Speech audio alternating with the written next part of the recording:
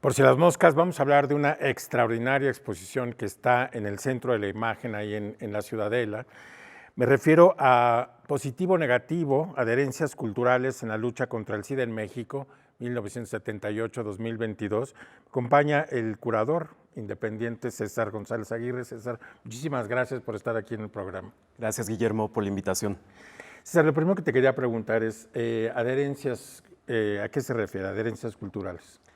Bueno, una adherencia en relación al tema del virus del VIH es la manera en la que el cuerpo va recibiendo de manera adecuada un medicamento que ayuda a vivir con más tiempo y de mejor manera con el virus del VIH. Y quise hacer esta relación para la exhibición como metáfora de todo el acuerpamiento que hubo de artistas, activistas y sociedad civil organizada para formar un movimiento de lucha contra el SIDA. Por eso el tema de adherencia. Es además un movimiento del cual se habla poco, ha habido durante muchos años una combinación de factores que hace que la lucha contra el SIDA en México no haya sido tan visible, no es uno de los grandes movimientos sociales de finales del siglo XX, es decir, es uno de los grandes movimientos sociales de finales del siglo XX, pero no ha sido representado con su justa dimensión, no está en los relatos nuestra narrativa de los movimientos sociales, hay otras cosas que ocupan un lugar principal, políticos, indígenas, en fin, muchas cosas. Y a mí lo que me llama mucho la atención de esta exposición es que finalmente podemos tener una imagen de lo que fue eso y sigue siendo. Háblanos un poco de si ha habido otras exposiciones o libros para el caso, o documentos que cuenten la misma historia que estás contando tú. La memoria ha estado muy fragmentada y eso Sí. se debe a que mucha de la gente que militó en esta lucha falleció a causa del SIDA. Muchos de los archivos se disolvieron, se perdieron. Eso provocó que la memoria esté dispersa. El MOAC, a partir de Solenaro y Luis Matus, generaron una iniciativa de formar un apartado en Arqueya, que es un centro de documentación de la UNAM, dedicado a las visualidades y VIH. Ellos tuvieron una exhibición de archivo con materiales documentales, impresos y centrando la atención en Letra S, un periódico fundamental para esta historia. Totalmente. Antes del inicio de la pandemia del COVID, que la pandemia del COVID interrumpió. Justo la pandemia del COVID fue lo que me permitió continuar la investigación, pues en este caso desde casa, trabajando mucho, revisitando y revisando materiales fílmicos y videos para poder preparar esta exhibición para el Centro de la Imagen. Ha habido sin duda esfuerzos desde los años 90 de reunir toda una producción simbólica vinculada al tema del VIH. En el momento, digamos, reaccionando ante la urgencia y años después, como un intento de recuperación de memoria social. Creo que esta exhibición lo que logra aportar, espero, es una recuperación mucho más amplia de la producción artística que trabajó desde dentro del movimiento y acerca del virus. ¿De cuántas piezas estamos hablando? Es decir, yo ya estuve en el centro de la imagen y lo que quiero decir antes de que nos contestes, que me impresionó la cantidad de imágenes, fotografías, ya hablaremos, digamos, de qué otras cosas hay, archivos, en fin, documentos que encontraste y que juntaste. ¿De cuántas piezas estamos hablando? Aproximadamente 200 piezas, Wow. pasando de la fotografía como eje central y desbordándose a bordados, documentos, revistas, videos, instalaciones. Justo tratamos de pensar que todas esas materialidades tienen que ver con el cuerpo, son extensiones del cuerpo. Y la fotografía es un medio muy generoso que se puede mover desde el fotoperiodismo, que cubre específicamente un suceso, una nota para un medio impreso, televisivo o filmográfico, hasta puede moverse a una producción conceptual, puede ser fotografía conceptual, que el discurso o el contenido tiene más importancia que la forma, pero también puede ser un material de agitación y propaganda.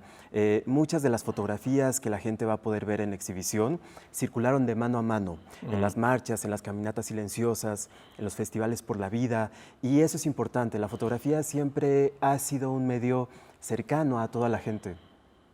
Bueno, ahí está, no diré material como publicitario, pero hay ciertos fotógrafos como Adolfo Pérez Butrón, por ejemplo, que recuerdo esas imágenes en particular, que no son imágenes con una carga política, sino con una carga poética y que están inspiradas en cierto sentido por la publicidad.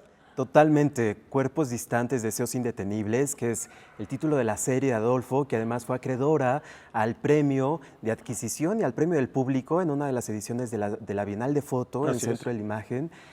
Pues habla de una manera en la que la gente tenía que pensar el erotismo de otra manera, ¿no? Con unas membranas que cubrían el cuerpo para la protección, justamente. Y era un momento, las fotografías que vemos en esa serie, pues nos son sumamente cercanas ahora que acabamos de sobrevivir la pandemia del COVID, ¿no? Hay otros ejemplos, por ejemplo, Rafael Manrique, un fotógrafo que trabajó mucho en Ciudad de México, pero también en Veracruz, que militó en el colectivo Sol y que produjo, con uno de los pioneros del movimiento de liberación homosexual, Juan Jacobo Hernández, una campaña de prevención que llamaron pornoprevención, ¿no? Que eran básicamente usar el género de la fotonovela, muy cercano a la sociedad mexicana en los años 80 y 90, para difundir la temática de la salud sexual y la prevención. Ellos le llamaron jotinovelas, ¿no? Hay una en exhibición que se titula Sensacional del Mecánico y justo es una pieza que ha llamado mucho la atención con los custodios, con el equipo del museo, con los públicos, porque justamente es un lenguaje mucho más cercano a la cultura popular mexicana, ¿no? No necesitas tener un trasfondo de historia de la fotografía, sino más bien saberte el lenguaje popular que se habla en las calles. Pues muy bien, vamos a detenernos aquí porque se ha terminado nuestro primer segmento. Me gustaría en el siguiente segmento que nos hables más sobre el trabajo de investigación, cuántos años te llevaste en este asunto y sobre la diversidad de materiales. Ok, perfecto. Nos vemos después de estos anuncios.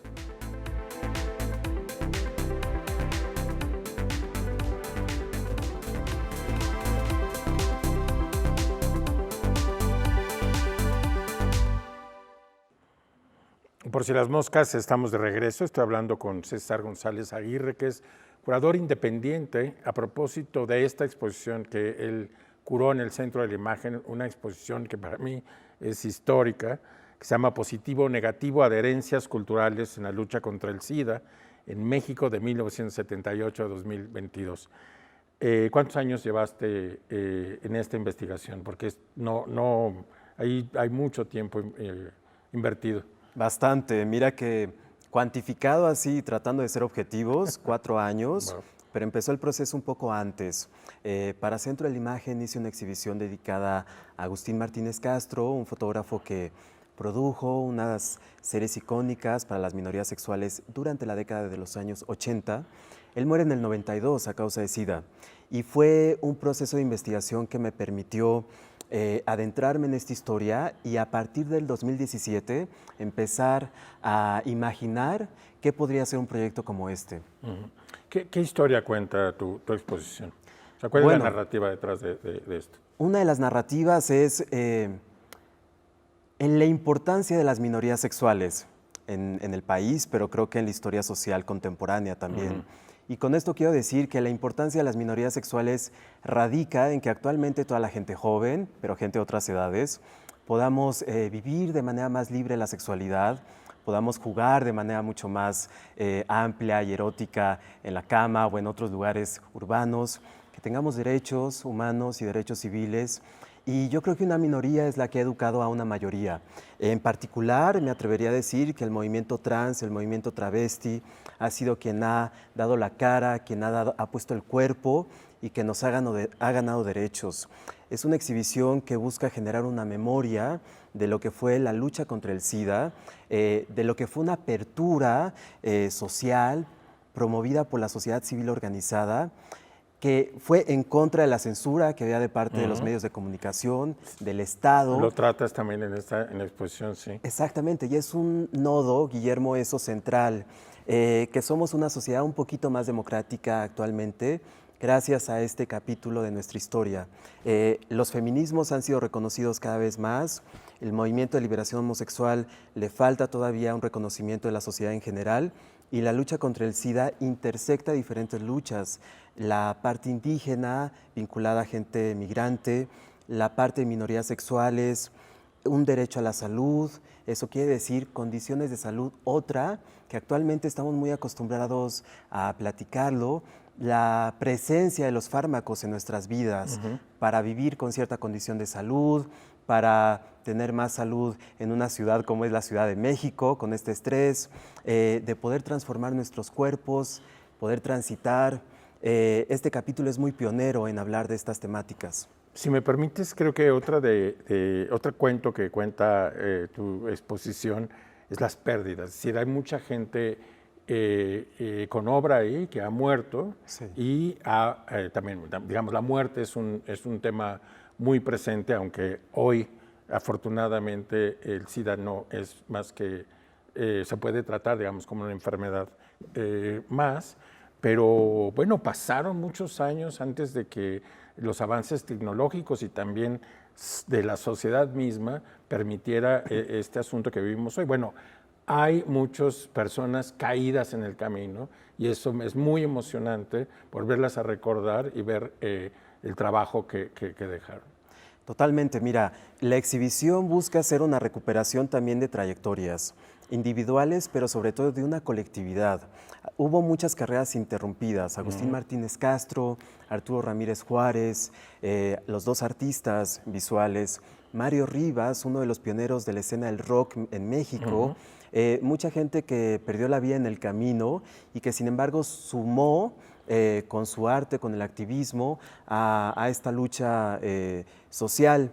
También podemos decir que, claro, actualmente la gente que vive con el virus del VIH puede vivir muy bien, es una enfermedad crónica que tiene un tratamiento muy amable, la gente puede tomar una pastilla diaria únicamente, en su momento tomaban 40 y cacho pastillas al día, eso fue lo que ocasionó la muerte de mucha gente. Y este momento es importante porque todo esto lo ganamos o lo tenemos gracias a las generaciones que lucharon por estos derechos. ¿Qué documentos escritos hay, qué testimonios hay, además de los visuales que los tenemos ahí, sobre esta época, sobre estos primeros años? Bueno, varios testimonios textuales de las mejores mentes de nuestra sociedad. José Ramón Enríquez, un dramaturgo brillante. Juan Jacobo Hernández, uno de los activistas fundamentales para nuestros derechos humanos actualmente. Textos sobre Joaquín Hurtado, acerca de la escena social en la ciudad de Monterrey. Textos de Francisco Díaz Galván, quien fue compilador y editor de los primeros textos vinculados con la temática del SIDA en México. La propia revista Letra S. La propia revista Letra S, con Alejandro Brito durante toda esta última etapa a la cabeza, la revista Del Otro Lado, Macho Tips. Ahí están algunos ejemplares de estas revistas y de esto que estás diciendo, sí. Totalmente. La parte editorial es sumamente importante porque podemos ver el opuesto, que son las revistas que en su momento eran El Alarme, El Alerta, hoy puede ser El Metro. Y la manera en que trataban con sensacionalismo y completa falta de respeto el tema, ¿no? Totalmente, o sea, esta doble explotación y victimización de alguien que fallecía a causa de SIDA, que muere de por sí con unas condiciones muy precarias por un estado ausente en un primer momento y que posteriormente la prensa impresa de su momento volvía a lucrar con ese tipo de precariedad o de muerte. Tú lo has dicho, es una exhibición donde la muerte es la protagonista y yo diría que también la vida, ¿no? La exhibición es una lucha por la vida y mucha gente cuando escucha el tema del virus del VIH, el tema del SIDA, pues se le ponen los pelos de punta, ¿no? La gente que no está tan familiarizada con el tema. Y en realidad lo que queremos mostrar es que es un tema que se tiene que seguir debatiendo, es un tema que habla sobre información y es un tema donde la vida se sobrepone a lo peor que podía pronosticar la sociedad y el Estado. Se sobrepone, es decir, seguimos vivos, ¿no? Seguimos aquí. Ya decíamos que algunos de las fotografías son pues una sublimación del tema, por ponerlo en términos freudianos, es decir, es el artista enfrentado ante el problema, sublimando el asunto en piezas fantásticas, que pienso en Nahum Besenil, que hay cosas sobre él, pero otros fotógrafos, ¿qué piezas, digamos, con alto contenido artístico o con valor artístico te interesa resaltar? Mira, retomo tu comentario acerca de lo poético. La poética es muy importante en esta exhibición, las metáforas, el arte, ¿no? La manera de acercarse a la gente de una manera más imaginativa. Nahum Besenil es un artista bastante constante en temas de la sexodiversidad. Ha confrontado con su autorrepresentación la manera en la que la nación o el Estado norma a los cuerpos y a la sexualidad. Hay una pieza fantástica que me encanta de Agustín Martínez Castro, donde aparece Tito Vasconcelos, un actor mexicano dedicado al cabaret, travestido de Catalina Krill, una de las villanas icónicas de la televisión 80, mexicana. Sí. Y tiene el parche icónico en uno de los ojos y es un homenaje a Tito Vasconcelos. Y la gente dirá, bueno, esa imagen, ¿qué tiene que ver con la exhibición? La fotografía circuló en diferentes folletos del colectivo Sol que buscaba acercar a la gente a la información de prevención sexual con una imagen reconocible a la comunidad televisiva y la comunidad gay, lésbico, trans. Hay una imagen muy potente. Perdón, Humberto. César, tengo que interrumpirte ahora porque también se nos ha terminado otra vez el tiempo. Vamos a terminar de regreso con este relato que nos estás haciendo para también hablarte sobre, preguntarte sobre el interés del Centro de la Imagen en esta exposición. Gracias. Pero regresamos contigo, no se vaya, regresamos en un momento.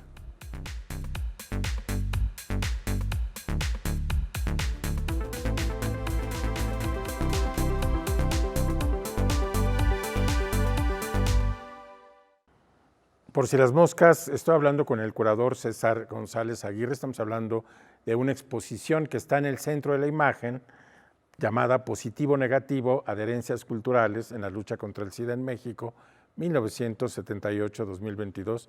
César, perdona, te interrumpí, pero estabas hablando de aquellas piezas digamos, artísticas que están dentro de esta exposición.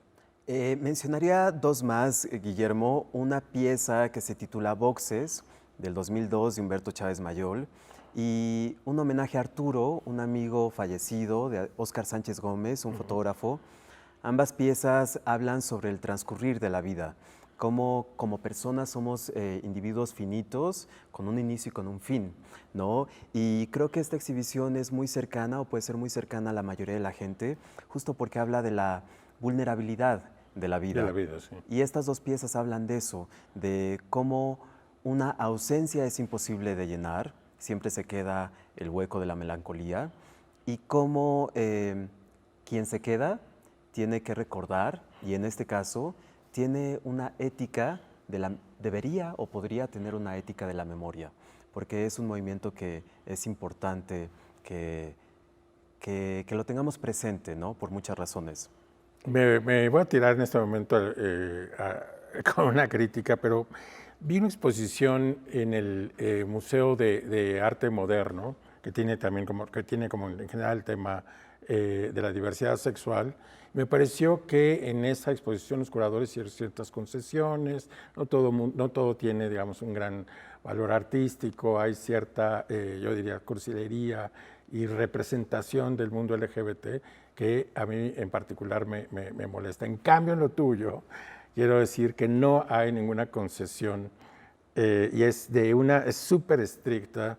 Hay una mirada ahí súper afilada sobre estos temas, y me parece que no necesitas hacer estos guiños a la sociedad para que entienda lo que estás tratando de decir, sino presentarlo con toda su crudeza. Y eso me gustó mucho de tu curaduría.